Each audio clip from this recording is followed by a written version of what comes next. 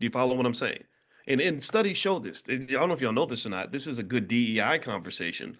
But did you know that studies show that there's a threshold that if a neighborhood or a corporate office gets more than like 7 to 10% black, people start to look at it differently. It starts to become something different. They're like, okay, this is no longer a white neighborhood, so it's not as nice, not as good. It's now a black neighborhood. We got to get out of here, right? Or this corporate office, we'll bring in a few black people, but we don't want so many black people that it starts to become a black space, right? So ultimately, what I would say to you is that getting black faces into white spaces or black faces into high places is not empowering at the end of the day. It's not very empowering. What's empowering is making the investment of creating black spaces and pouring into those spaces until they become high spaces, right? Something becoming a high place really means it has value. Things have value when someone has invested in those things. Do you understand? Like if you have an athlete that is high, that is valuable because he's been trained at the highest levels, well, that athlete is valuable and he's highly trained because somebody poured into him. There's a coach that invested time into making sure that athlete was trained. Let me know if you're following what I'm saying. Let me know if you're getting what I'm saying. This is an abstract idea. I want to make sure everybody understands this, right? The more you invest in something, the more valuable it becomes.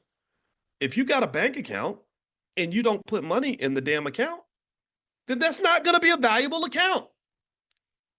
But if you have an account and you pour 80% of your income into that account and you do that consistently over a 30-year period, well, you're going to be a rich Negro. Do you understand? You will be very wealthy because you invested in this account. It's not the account that makes it valuable, it's the fact that the account has money in it. So a space is not naturally valuable. A space is just a space. But if you invest in that space, then that space becomes a valuable space. That becomes a high space or a high place. Right? We have these high places, and so what is a high place? Oh, it's a place where rich people, important, powerful, right?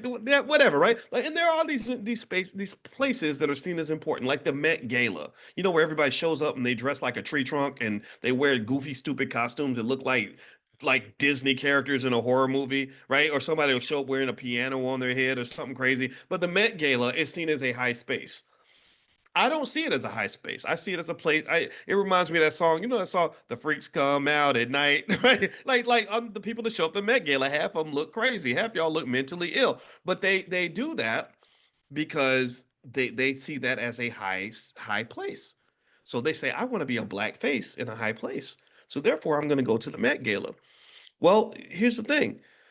If you really want to be in a high place, then sometimes you can knock on the door and say, "Hey, sir, can you let me into your high place and I can bring my black face and I get the chance to show off." And that you might get lucky and you might get let in, but then when they decide they want to put you out, they can put you out.